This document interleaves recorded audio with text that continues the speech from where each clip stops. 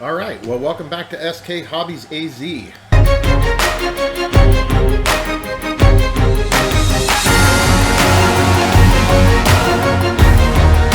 Sorry I've been gone for so long. I've had a lot going on. Pretty much my hard drive crashed, and I know excuses are excuses, but I had a hard drive crash, lost a lot of my data, and so I've kind of been down in the dumps about that. But needless to say, I'm back. I have here on the bench, you can see I got this. If you guys have watched my previous videos, you've seen this shell before. I had it on my Arma Creighton V5. I've not really used it because it's not really good for bashing. It kept breaking on the where the eyelets are that the body mounts go to. So I had actually just left it up on the wall over here for the longest time, just thinking I'd find some way of using it. And I picked up this crawler. So this is a Red Cat Gen 7. It's the Everest Gen 7, but this is the Sport Edition. So I picked this up used from a guy that was selling it. He had monster truck tires on it, and he basically broke the front and the rear drive shaft and also the center front drive shaft. And it had a lot of bearings that were basically blown out in it. So I picked it up dirt cheap from him, and I basically invested about 40 bucks into this thing and got all new parts. Got these new tires. They were an Amazon special. I didn't like the rims that came with it.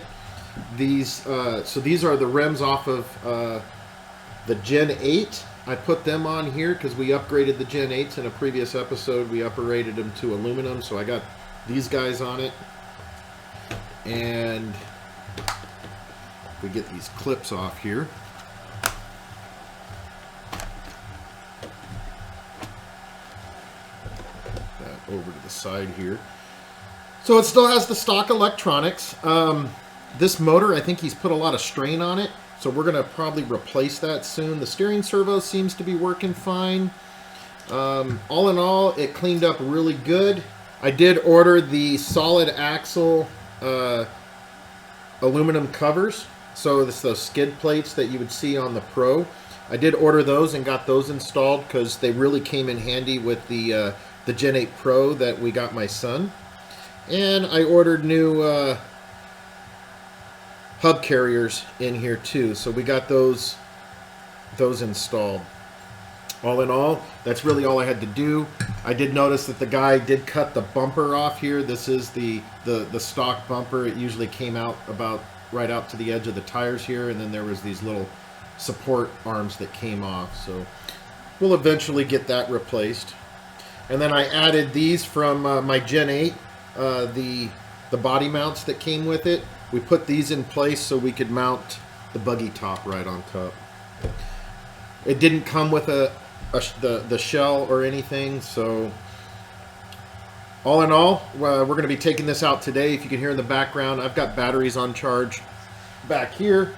We're getting ready to go out and do a crawl session. We haven't been out in a while because it's been raining around here, and between work and another project I'm going to talk about here in a minute, we've been pretty busy, and but we're going to get back out to it. We're going to do some crawling today and probably maybe some bashing tomorrow with the Creighton and the Outcast. So I have this on the bench. You can see my soldering irons right here. We're going to be changing out this stock connector. We're going to put a XT60 on it, so it'll run all my 2S batteries, and then because this is set up for the nickel metal halide, we're going to change it over and get this running on 2S like the rest of our rigs. Let me move this over to the side here for a second, and I'm going to talk about some of the other things we did. So what we got new for the channel is we bought a 3D printer, and I'll pop it up on the screen right here for you to see what we got. But we got a Creality Ender 3 V2. So we got the second generation Ender 3. So we picked it up. they're not an expensive printer. I think they're like 280 bucks on Amazon. You get them. You gotta.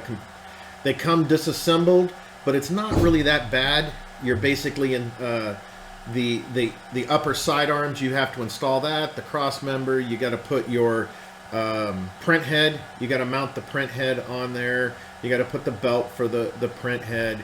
But basically, it took about 40 minutes to assemble, and then I was printing right off of a print file that I picked up for these little honeycomb coasters, which I'll put a picture down here of the honeycomb coaster that I built.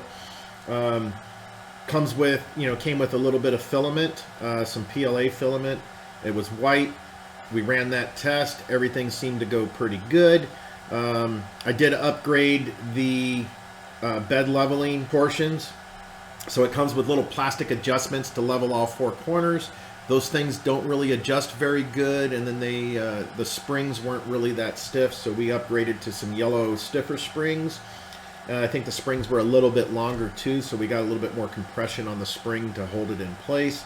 And then we put aluminum adjustment knobs on it, which I'll put a picture here too for you. And so the reason why we got it is, of course, SK Hobbies AZ. We want to, also DIY and doing stuff yourself. So I got it because Derrick from Derricks AZ RC wants to mount these 40 millimeter fans on his. He got a Sin 450 for Christmas, and he's building like an ultimate crawler. He put the same motor and ESC combination from Castle Creations, that 1717 motor with the Monster Mamba X ESC. He put that in that Sin, and so what we did is I built this. It's not a heat sink, but it basically goes over your motor, and it should withstand the temperatures of the motor. This is done out of a TPU, so it's a flexible material. As you can see, it's flexible. And he'll be able to mount two fans like this. We'll be able to mount two fans on there and be able to get that dual 40 millimeter fan. We'll be able to get that cooling down on that motor. So built one. I've also put the SK Hobbies AZ logo on it. It's not painted yet. I'm gonna paint it with some acrylic paint just so we have it. It'll kind of set into the RC, be kind of set at an angle. Also, this lip right here touches the bottom of the chassis plates. At least it does on my Arma Kraton, because I'm building one of these for that too. So it kind of touches that chassis plate, so that motor's no longer floating anymore. It's got a little bit of cushion there. So we got that coming. I'm sure if you turn over to Derricks AZ RC, you'll see his install of these once I get this to him. This is actually going to be his.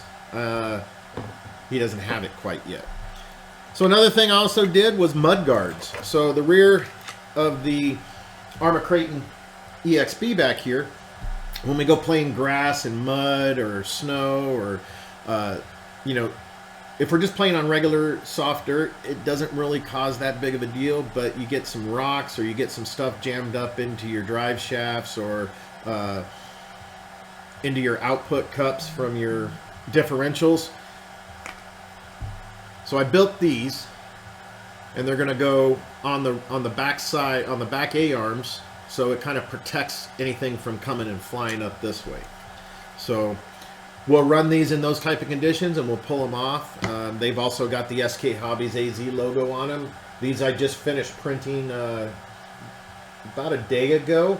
I got these printed for mine. I did make a set of these for East Tactics, and I got him sent out a care package from SK Hobbies with those.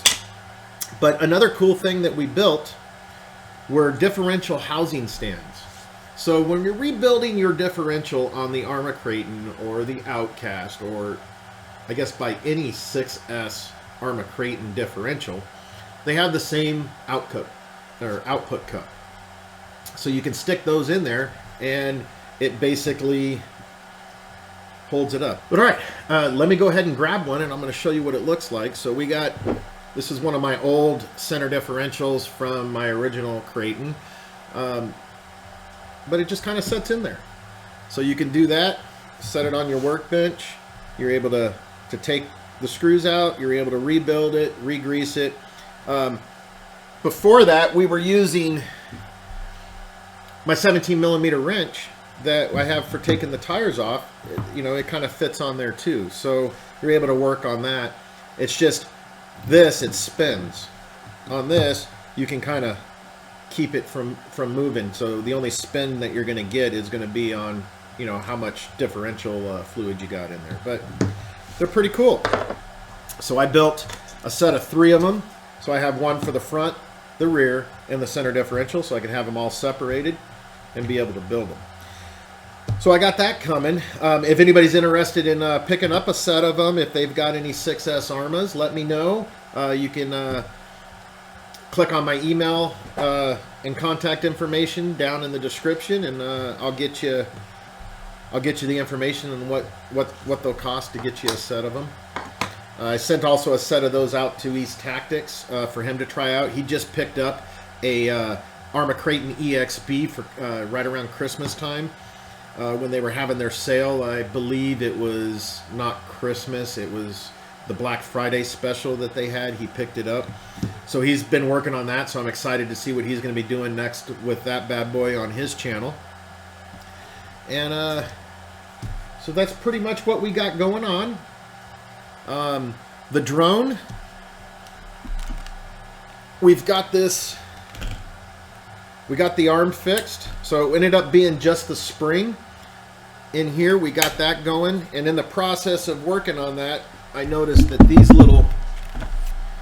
this plate right here is what holds the gimbal and camera underneath the drone, so it kind of sets in there. And these little pins right here set inside here to keep it kind of level, and helps the gimbal. And there's these little they call them bushing springs, but these little springs set in between it to kind of help keep it level. I noticed that a couple of those were damaged, so I got a brand new set of 4 we're going to get installed on that bad boy. And then we're going to be able to start using this this camera that was donated to the channel, this drone. I'm going to be very excited. It's got a lot of different features to it, so it's going to be pretty awesome to get this bad boy up in the air and watching us. Hopefully I can get it all squared away, so I'll have it out at the January Bashers event for the AZRC Bashers. So stay tuned for that.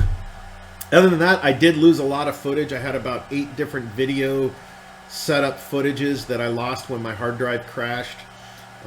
It is my fault. I should have had it on a UPS. We lost power in that room and was not able to recover the hard drive. So I lost a lot of stuff. But needless to say, we're going to revamp the channel. I hope you guys enjoy it. It's going to be a new SK Hobbies AZ logo.